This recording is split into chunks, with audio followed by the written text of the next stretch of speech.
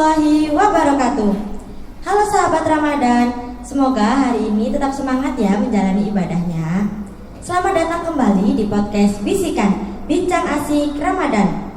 Tempatnya ngobrol santai tapi tetap bermakna selama bulan penuh berkah ini. Saya Alexa Makfiratul Azahra, dan di episode ketiga hari ini kita akan membahas tema yang lagi sering banget dibicarakan, terutama di kalangan remaja. Dan kita hari ini bakalan ngobrol tentang self-love tanpa melupakan Allah. Karena sekarang istilah self-love sering diartikan sebagai memprioritaskan diri sendiri, healing, me time, bahkan kadang dijadikan alasan untuk menjauh dari tanggung jawab. Padahal sebagai seorang muslim, mencintai diri sendiri juga harus tetap dalam koridor iman dan ketaatan kepada Allah. Nah, supaya kita nggak salah paham soal konsep self-love ini, kita sudah bersama narasumber spesial kita, yaitu Kak Farah, yang akan berbagi perspektifnya tentang bagaimana mencintai diri sendiri tanpa melupakan Allah. Langsung saja kita sapa beliau. Assalamualaikum Kak Farah. Waalaikumsalam. Bagaimana kabarnya hari ini? Alhamdulillah, sehat luar biasa ya. Alhamdulillah, turut senang mendengarnya. Semoga Kak Farah tetap dalam lindungan Allah Subhanahu wa Ta'ala. Amin, amin. Kira-kira nih Kak, udah memasuki pertengahan bulan Ramadan. Kak Farah udah bolong atau masih full nih puasanya? Kebetulan nih hari pertama banget nih. Bolong aku hari pertama ini. Nah, hari ini kan kita bakalan bicara tentang soal self-love nih Kak. Dalam Islam, bagaimana sih sebenarnya konsep mencintai diri sendiri? Apakah self-love memang diajarkan di agama Islam? Oke, ini pertanyaannya daging banget gitu ya. Sebagai kita yang sama Gen Z gitu ya, kita udah gak asing nih mendengar kata-kata self-love gitu ya. Dalam konsepnya sendiri, self-love itu kan berarti mencintai diri sendiri ya, atau memanjakan diri sepuasnya. Padahal di konsep Islam itu sendiri, kita diajarkan itu lebih keren nih, lebih dalam gitu ya. Ibarat nih, coba bayangin kita ini punya sesuatu yang limited edition, seperti sepatu atau bahkan HP yang baru gitu ya. Mungkin Kak Jija pernah dikasih oleh orang yang tersayang ya, gitu ya. Pasti kan nggak mungkin sesuatu ini digunakan dengan tidak baik gitu ya. Misalkan diservis rutin, kemudian dijaga dengan baik, bahkan kita menghargai si pemberinya gitu ya. Sama dengan self love, jiwa kita, raga kita, diri kita, mental kita, bahkan nyawa kita itu adalah kado terindah dari Allah Subhanahu wa Ta'ala gitu. Jadi sebenarnya kita ini tuh titipan ya. Tapi bagaimana kita bisa mencintai diri sendiri dengan selayaknya adalah dimulai dari kata hati dan niat dari diri sendiri. Kalau diri kita itu ingin melakukan hal yang positif atau baik, maka juga bisa kita terapkan dalam kehidupan sehari-hari. Jadi mindset kita juga harus jalan kayak gitu. Kemudian pemilihan lingkungan atau circle nih. Kalau lingkungan kita positif, pasti akan berdampak pada diri kita juga. Suatu hari saya pernah berkumpul dengan teman-teman saya yang mungkin notabene dengan karakteristik yang berbeda gitu ya. Dengan karakteristik itu menjadi cambukan saya, motivasi saya bahwasanya di dunia ini ya, itu banyak orang yang memiliki karakteristik atau sikap yang berbeda-beda. Tapi bagaimana saya bisa membentengi diri saya untuk tidak terjerumus ke dalam hal-hal yang mungkin pergaulan bebas gitu ya. Apalagi kita fitrahnya perempuan, menjaga marwah kita itu cukup sulit gitu ya. Tidak hanya menutup aurat, tetapi sikap kita, akhlak kita itu juga menjadi poin plus atau nilai plus dalam kehidupan bermasyarakat gitu. Wah teman-teman, materi pertama yang disampaikan oleh Kak Farah hari ini udah cukup bisa membuka pikiran kita hari ini ya. Selanjutnya nih Kak, bagaimana cara mencintai diri tanpa jatuh pada sikap berlebihan atau merasa paling benar sendiri? Wah, ini kita sering kejebak Batman ya. Kadang kita itu suka terhadap hal-hal yang berlebihan. Padahal hal-hal yang berlebihan dalam Islam itu juga tidak baik gitu ya. Kadang kita suka ngerasa diri kita itu paling benar, sombong, ria. Padahal di dunia ini banyak orang-orang yang keunggulannya itu lebih dari kita gitu. Bagaimana kita bisa menebengi itu? Coba bayangkan kita punya sebuah cermin gitu ya. Nah, si cermin ini bersih, dia akan memantulkan cahaya ya. Dia akan terkena cahaya matahari. Jika dia bersih, pasti pantulannya juga akan cerah gitu ya. Tapi kalau cermin ini buruk dan cermin ini kotor, pasti dia tidak bisa memantulkan cahaya dengan baik. Sama halnya dengan self love. Kalau misalkan diri kita sudah dari awal berniat melakukan hal-hal yang baik, maka keseharian kita pun juga akan sama. Nah, itu diterapkan juga dari lingkungan keluarga dulu. Kebetulan background saya ini kan guru ya, jadi saya apalagi di SMK swasta nih, banyak anak-anak yang broken home dan memiliki latar belakang. Banyak anak-anak yang broken home memiliki latar belakang yang mungkin tidak baik ya, entah dari segi kasih sayang, entah dari segi penanaman dunia pendidikannya seperti apa, karakter gitu ya. Nah, disinilah saya sebagai guru memfasilitatori mereka untuk karakter atau pendidikan karakter. Kalau sekarang itu namanya adalah P5 gitu ya, P5 gitu. Nah, bagaimana kita menerapkan itu? Nah, sama halnya dengan kita sehari-hari, Mbak. Di fase yang semakin dewasa, menurut saya itu circle pertemanan juga akan semakin menciut. Saya menyadari itu. Bahkan kita pun akan bergelut dengan diri sendiri, itu akan semakin banyak. Tidak kayak seperti dulu yang masih 17 tahunan gitu ya, karena saya sudah 20 tahun ke atas. Itu apa-apa masih sama teman, apa-apa masih suka ini ya, melibatkan orang lain. Sekarang kita lebih sering individual, tapi di sini cara kita untuk bisa mengupgrade diri itu seperti apa? Berarti kalau saya pribadi, saya selalu menerapkan afirmasi positif, terutama di handphone gitu ya. Bagaimana saya bisa selalu berdampak baik terhadap orang lain tanpa menimbulkan riya itu sendiri. Karena tidak munafik Mbak ya, kita hidup di masyarakat, apalagi di Indonesia, kita itu sering kali ada rasa pamer ya, apalagi kita punya handphone baru, kita punya sesuatu yang baru, kita ingin orang itu tahu dan publish gitu ya. Dan untuk mempublish itu saya selalu menerapkan atau selalu mencantumkan Masya Allah, Tabarakallah, Allahumma barik gitu misalkan. Nah, hal-hal yang seperti itu mungkin bisa menambah wawasan kita terhadap self love ini tanpa kita melupakan Allah gitu.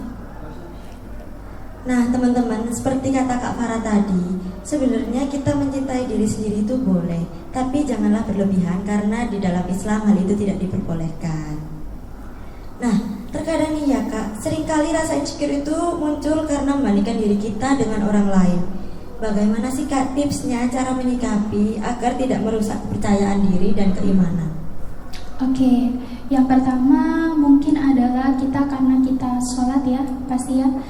Pertama kita jangan meninggalkan hal-hal yang menjadi kewajiban kita. Yang pertama pasti sholat, karena tempat paling nyaman untuk curhat itu ke Allah. Bagaimanapun orang terdekat kita pasti akan menjatuhkan kita gitu ya, kecuali keluarga. Tapi apakah keluarga itu juga pasti punya beban tersendiri gitu ya, masalah tersendiri. Kita punya masalah yang dikelompokkan menjadi dua nih, masalah eksternal dan masalah internal. Masalah eksternal bisa datang dari diri luar kita ya, atau bukan kendali kita. Tapi kalau masalah internal bisa dari sikap kita, keseharian kita gitu ya. Nah, masalah internal ini bisa muncul juga karena ego. Bagaimana kita bisa menurunkan ego? Berarti mulai dari diri kita sendiri. Saya pun pribadi orangnya perfeksionis Mbak, terus kemudian idealis. Kalau saya nggak perfect, saya nggak the best gitu ya, saya nggak ambis gitu, nggak bisa. Tapi ternyata hal-hal seperti ini itu juga ada dampak negatif dan positifnya. Dampak positifnya apa? Bisa membawa diri saya sampai sejauh ini Mbak. kita nggak boleh takut untuk melangkah. Karena apa?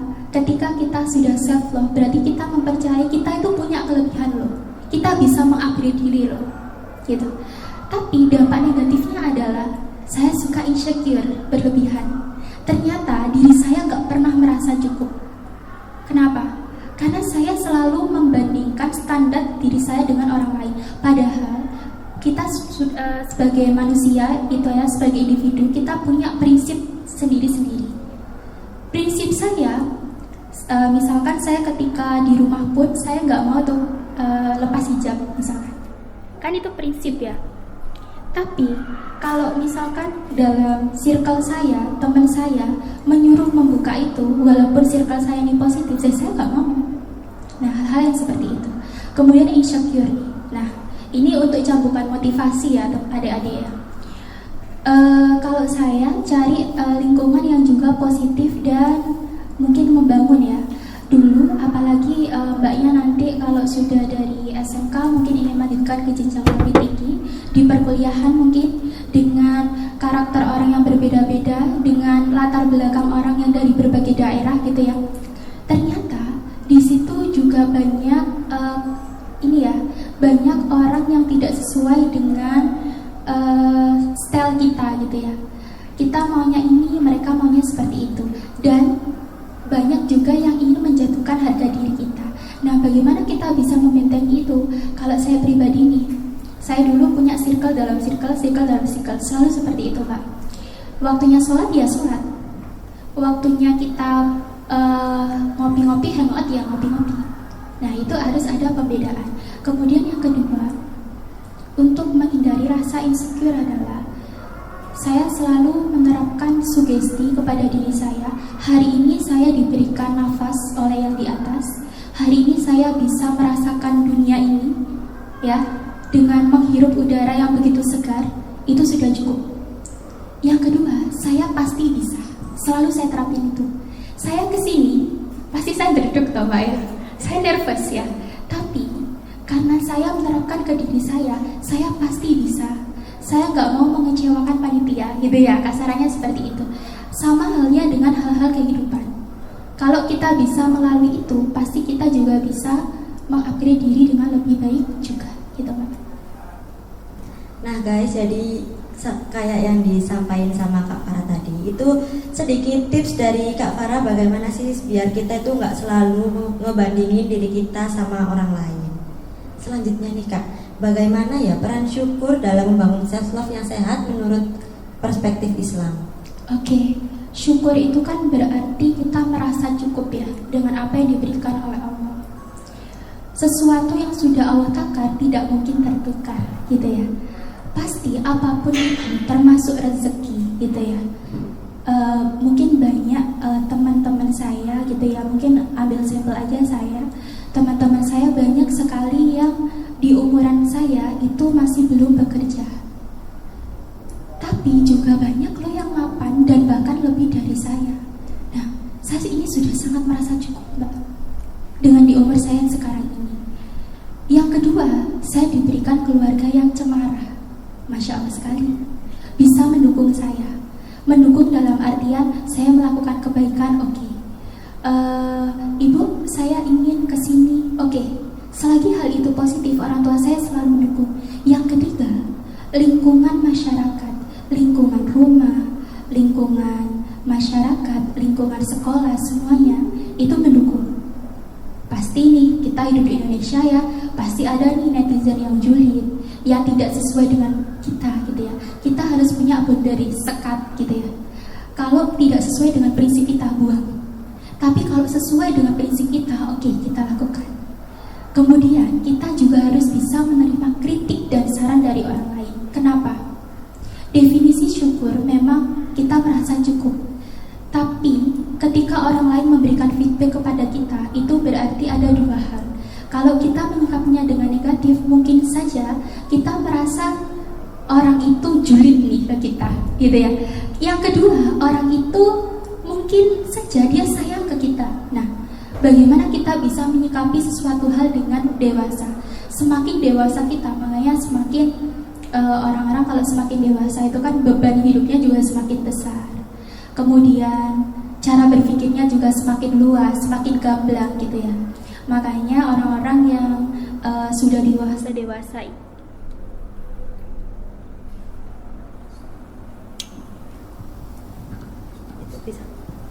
oke. Makanya orang-orang yang sudah di fase dewasa seperti ini tuh biasanya suka merasa lelah gitu ya, lelah dengan semuanya. Pernah kok saya pribadi di titik yang paling rendah gitu ya. Kenapa? Orang itu pasti kalau sudah melakukan, kalau saya tipikal orang yang multitasking, Mbak. Jadi melakukan satu hal dalam satu waktu itu bisa aja. Tapi yang mungkin hal yang negatifnya saya itu saya gak bisa melakukan yang harus perfect gitu tadi.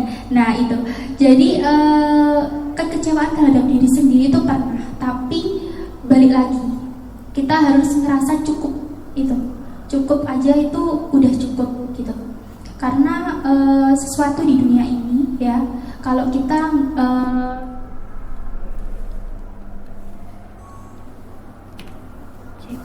Oke. Ini agak bermasalah mic-nya ya. Oke, karena sesuatu di dunia ini kalau misalnya kita nggak pernah merasa cukup juga, nantinya kita kedepannya juga kalau mau melakukan apapun gitu ya, kita selalu balik tadi membandingkan diri dengan orang lain gitu. Kan terkadang ini kita kayak sometimes nih Kak, kita kan merasa lelah secara mental ataupun emosional. Nah, kira-kira bagaimana sih Kak cara menjaga diri tanpa mengabaikan kewajiban kepada Allah Subhanahu wa taala? Oke, yang aku terapin, kalau anak sekarang itu biasanya namanya self reward ya. Self rewardnya kalau saya pribadi, ketika saya diberikan rezeki ya gitu ya, rezeki lebih, yang pertama pasti harus ke orang tua dulu ya, sebelum ke kita sendiri. Karena ridhonya orang tua itu adalah jalan menuju kesuksesan dan kebahagiaan diri kita sendiri. Yang kedua, saya tidak melupakan guru-guru saya, termasuk Bu Sulaimah gitu ya. Sampai sekarang berkah-berkah guru-guru saya sampai di titik sejauh ini gitu. Yang ketiga, mungkin ada nenek saya, saudara saya gitu ya. Baru ke diri saya sendiri. Saya selalu ketika ada rezeki lebih, saya itu healing Mbak. Saya sukanya itu healing. Entah itu saya itu shopping, entah itu saya beli jajan hanya di pinggir jalan, entah beli cilok aja. Itu menurut saya udah membuat diri saya itu moodnya itu lebih bagus gitu. Ada kalanya, apalagi saya backgroundnya ini guru dan saya berkutik di bidang pendidikan gitu ya. Kita seringkali tidak bisa kontrol emosional. Kenapa? Karena ada kalanya kita membawa masalah pribadi kita itu ke masalah secara eksternal gitu ya. Kita campur jadi satu, akhirnya kita nggak mood untuk ngajar anak. Nah itu yang nggak boleh. Nah berarti di sini saya harus menentukan prioritas. Mana saja yang perlu saya cut off. Makanya dalam hidup ya, saya ini belajar banget karena saya juga pernah mengalami musibah yang besar dalam hidup saya yang mungkin nggak bisa saya ceritakan di sini. Itu mengajarkan diri saya, mental saya kebentuk banget gitu Pak. Mungkin ada satu hal yang bisa saya ceritakan nih. Saya dulu kebetulan alumni nih SMK 4 Malang. Saya lulusan tahun 2020 Corona, desain grafis. Dulu 1 tahun di Surabaya PKL kan ya. Ada kesenjangan sosial, saya PKL di sana, ada bullying. Tapi saya tidak menutup diri saya untuk tetap upgrade, karena saya berani keluar dari zona nyaman saya dan keluar dari circle saya. Berarti saya berani untuk bisa menapaki kesuksesan saya. Tapi ternyata di sana luar biasa sekali mental saya dibentuk, entah dari dunia kerja karyawannya, entah dari teman-teman saya, luar biasa sekali, tidak ada yang support. Bayangkan, satu orang lawan atau versus sekitar 30 orang lebih. Tapi apakah saya menyerah? Tidak. Dan itu membawa diri saya sampai self love itu tadi. Kalau kita diberikan kesempatan oleh Allah untuk kamu sekarang diberikan kesempatan bekerja di sini, walaupun itu tidak keinginan kamu, misalkan katakanlah Mbak ya, tapi ternyata itu jalan atau ladang rezeki kamu, ya sudah kita lakukan. Kemudian yang sering saya terapkan lagi Mbak, saya suka ini ya, saya suka istiqomah, alhamdulillah, puasa Senin Kamis. Di situ saya menemukan banyak keberkahan, termasuk dalam diri saya lebih sabar, saya lebih bisa kontrol emosi, kemudian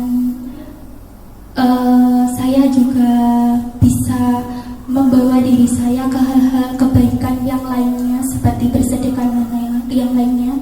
Kemudian dari SMP, ketika dulu mungkin saya istiqomahnya ketika mau UN aja, ujian aja gitu, salat qiyamul lail. Tapi untuk saat ini alhamdulillah saya istiqomahin itu Mbak, ternyata dampaknya luar biasa, membawa diri saya semakin lebih baik, bukan untuk menambah nilai plus di masyarakat, tetapi hati saya lebih tenang. Yang saya lakuin kedua adalah saya kalau bisa tidak putus air wudhu. Kenapa?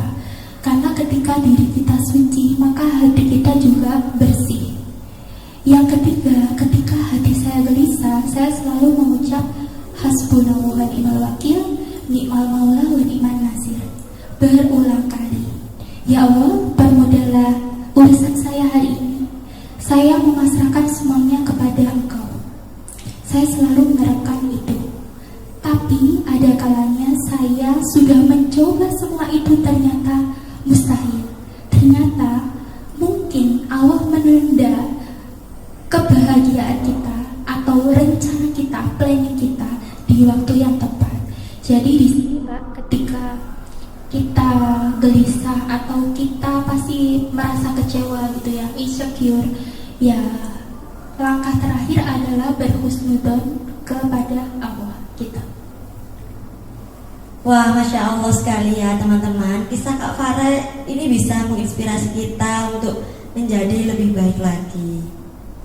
Selanjutnya Kak, apakah menjaga kesehatan mental dan mengambil waktu istirahat bisa bernilai ibadah? Dan menurut Kak Farah sendiri, bagaimana niat yang benar dalam melakukannya? Oke, menjaga kesehatan mental. Oke. Sebagai POV perempuan ya, saya pribadi ya pasti ada kalanya merasa capek itu tadi ya, burn out, yang pengen benar-benar hilang nih dari dunia ini gitu ya. Tapi apakah kita harus benar-benar hilang gitu ya? Sampai ada suatu waktu saya pengen mengurung diri di kamar karena tipikal saya ini Mbak Ija, saya ini orangnya ekstrovert gitu ya. Saya disuruh dipaksa di oleh diri sendiri untuk introvert juga nggak bisa gitu. Nah, bagaimana saya bisa mencabut diri saya seperti itu? Oke, mungkin muhasabah diri. Sejauh ini apa yang kurang dari kita ya? Introspeksi ya. Kemudian ada kalanya kita mendengarkan orang lain. Ketika orang lain memberikan feedback ke kita, pasti kita juga tahu POV dari diri sendiri, dari orang lain. Yang ketiga, saya suka nih kajiannya Hanan Ataki gitu. Beberapa kali itu ikut Hanan Ataki dan ternyata membuka wawasan saya, dan luar biasa sekali beliau ini puitis banget gitu Mbak ya, dengan gengsi banget.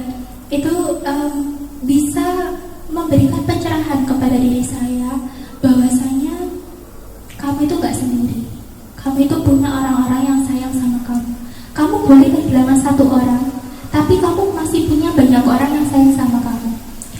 Sama halnya dengan self love ini, mencintai diri sendiri, memanjakan diri sepuasnya. Kadang-kadangnya kita perlu self care ya Mbak ya. Pasti Mbak Jija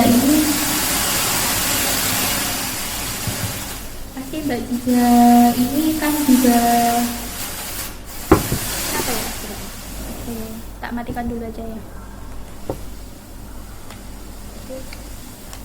Cek. Oke. Oke, pasti cek.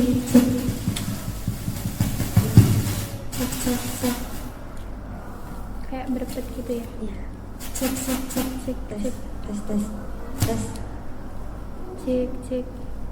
Tes. Tes. Oke. Selain itu, mungkin kita juga perlu menjaga kesehatan mental kita dengan melakukan hal-hal yang kita suka, misalkan self care ya, kita skincarean, kita melakukan hal yang mungkin hobi kita gitu ya. Kalau mbaknya suka daki meskipun muslimah, kan bisa tuh muslimah dengan outfit daki syar'i gitu ya, kan boleh-boleh aja gitu ya.